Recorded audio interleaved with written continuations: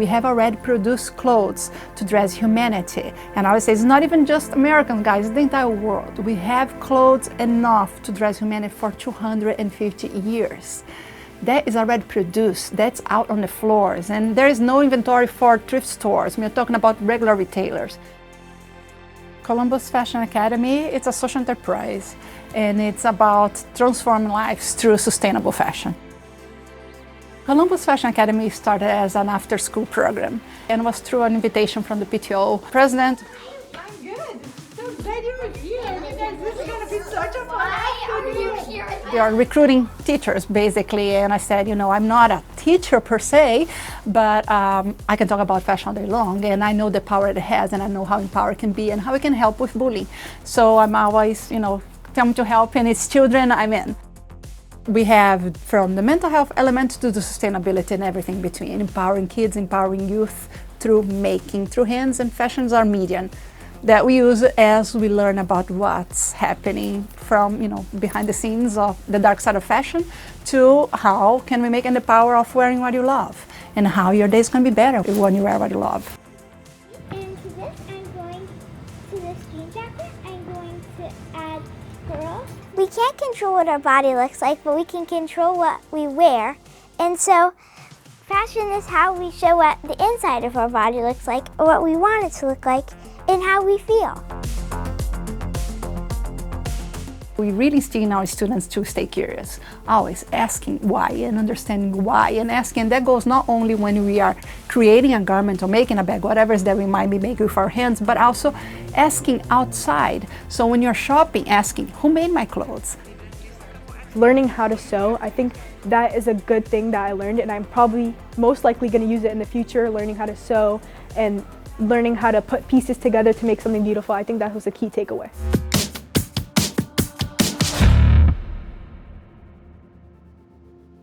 We believe that fashion is not only for the 20 years old going to college. It's for all of us. We all get dressed every day, and we are all affected by it.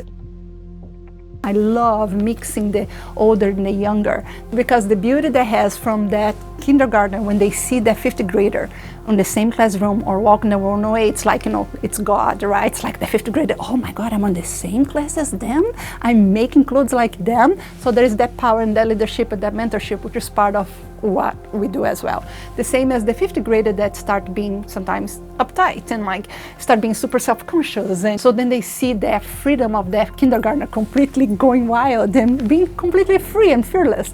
So there's that encouragement. So that goes with the intergenerational. Same level for our instructors. We have every single age group from 14 to I don't know what age. Everybody is welcome, and we love it because not just the intergeneration, there is so much of talking and communicating and learning to look at eye to eye, which is one of the reasons why we are tech-free. We really want people to engage and look at and learn to communicate. They need to learn how to talk, and they can. We just need to encourage more. They have, you know, give them agency.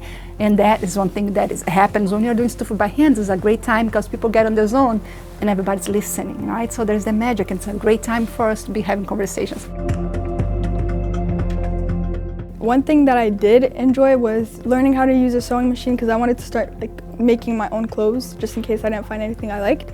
So I think I would probably be able to make new designs using fabric, and I think I could also upcycle clothes to make it look like something I would wear and like better.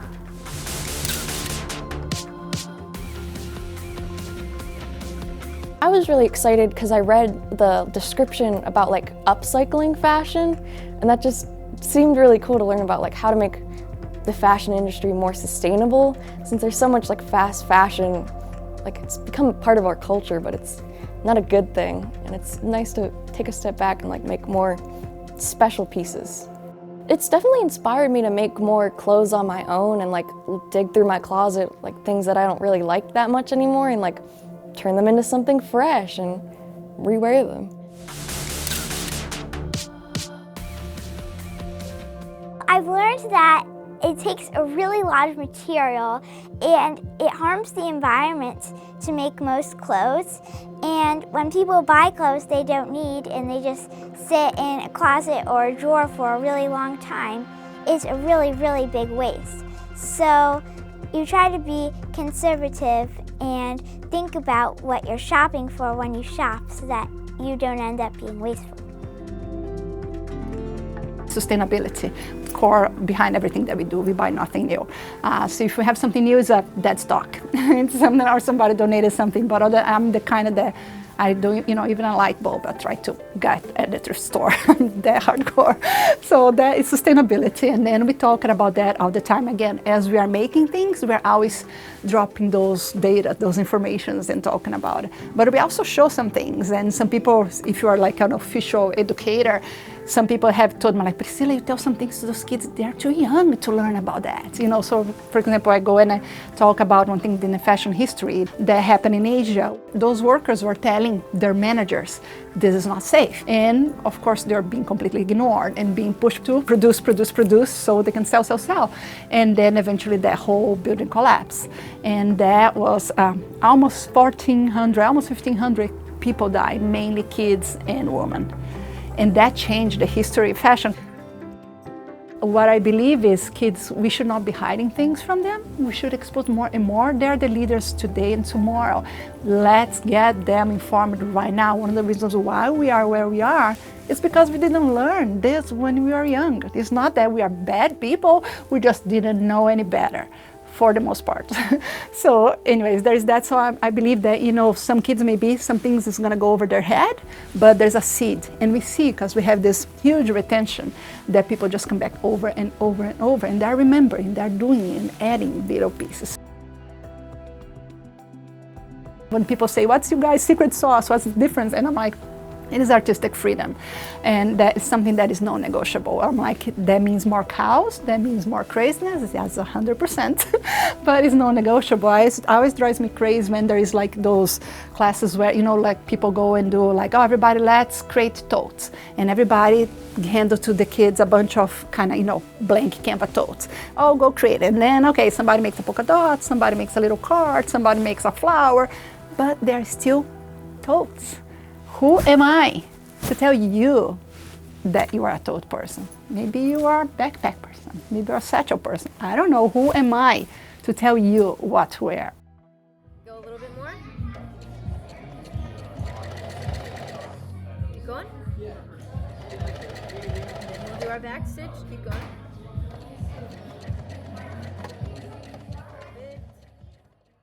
Fashion kind of boosts your confidence, and your day will, at least in my opinion, your day will be like better if you like what you wear and if you're comfortable with what you're wearing.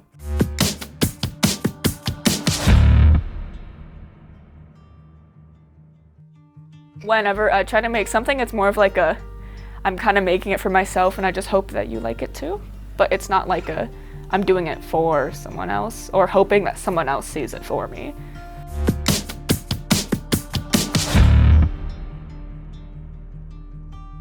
Fashion has that power, and there's in so many levels. Nobody's better than anybody. And the artistic freedom goes with that. And again, that means cows in our classroom. But anyways, that's our secret sauce. That's something that if they want to put this stuff in a box, I'm like, no, not happening, because we're all different.